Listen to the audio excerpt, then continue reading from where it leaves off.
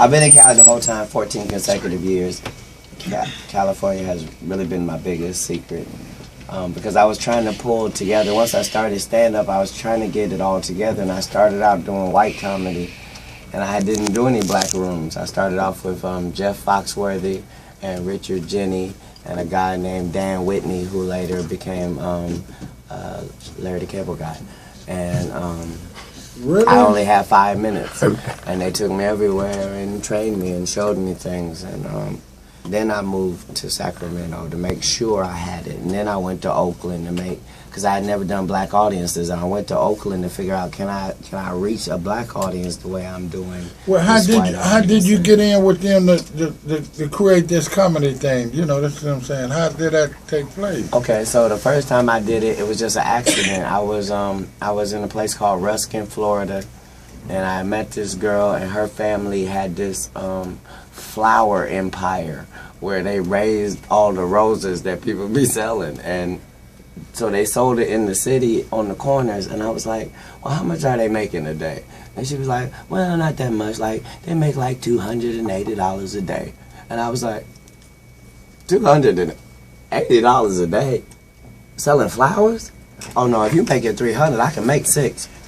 So they gave me some corners. All right, so now I'm at a young age, and I'm out there, and I got cash in my pocket. So it's almost like I'm a street dude, because I got the street dude's money, and I don't have no curfew, so I must be grown. I'm short, but I got a mustache, and I'm not short because I ain't grown. So anyway, I go out with my friends. We go into a club. I'm thinking it's a little hole-in-the-wall club. I'm not going to have no problem. I've been to clubs before. We get to the line. They IDing everybody. Then I see people go past me, and they go to the door, and they go, I'm a comedian, and they let them in. So I went to the door. I said, I'm a comedian. They let me in. I'm thinking when I get in, I can melt in the crowd. When I get in there, wow, it's a little hole in the wall, and they tell me, you number 5. And I say, what do that mean? They say, you number 5, you got 5 minutes. You'll see 4 people go up, you're number 5. You got 5 minutes. I said, okay, then what? They said, and if you're the funniest, you get $25. I was like, you would pay me $25 to talk for 5 minutes? And I didn't have the money for the door? Okay, excellent. So I did a joke for 5 minutes about being the only black dude in an all-white city, and I won $25. I didn't do comedy again for 7 years because I didn't know that was a real job. I thought that was something that had just happened at a club, like they was doing a promotion or something. I didn't know that Richard Pryor and all them people was getting paid the whole time. I just didn't know that. I didn't understand. I was from Ohio. I had left. I knew other things. I didn't know that. I knew science answers. I didn't know that part of the world. So now, the next time I did comedy, I did it at a competition in Oklahoma where I had those 5 girls at, and I went to that competition, and the competition was $150 that you will win, and they said that they would let you do 5 minutes with these comedians, and I won it in Oklahoma City at a all-brick comedy club called Crackers. Which is funny, Crackers in Oklahoma, and I was there. I love Oklahoma, shout out. And so that's when and they put me on tour and gave me 5 minutes, and it took me everywhere, and I didn't know no better.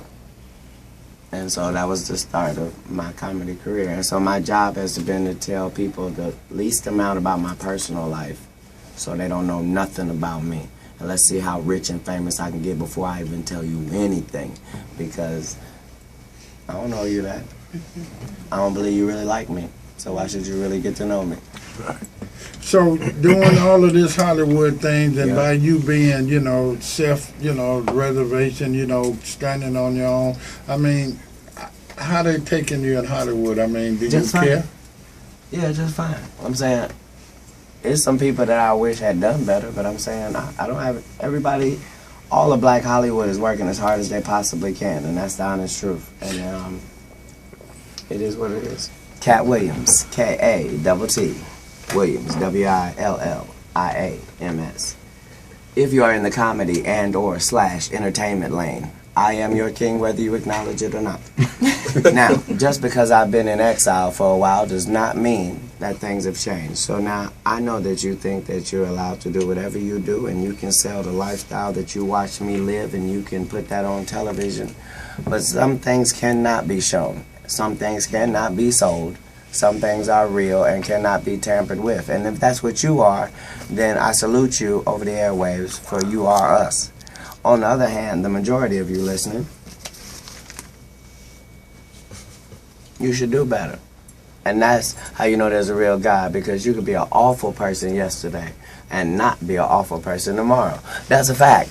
It's a fact. And only you, whatever you did yesterday that was terrible, just try not doing that. Because Bishop Magic Don Juan actually showed us that in a way that was so out there that people don't even acknowledge the fact that it happened. That you watch somebody do something that you said was the worst person in the world, that this would have to be a monster to be doing what this person is doing, and that person said, hey, and by the way, I serve nothing but God.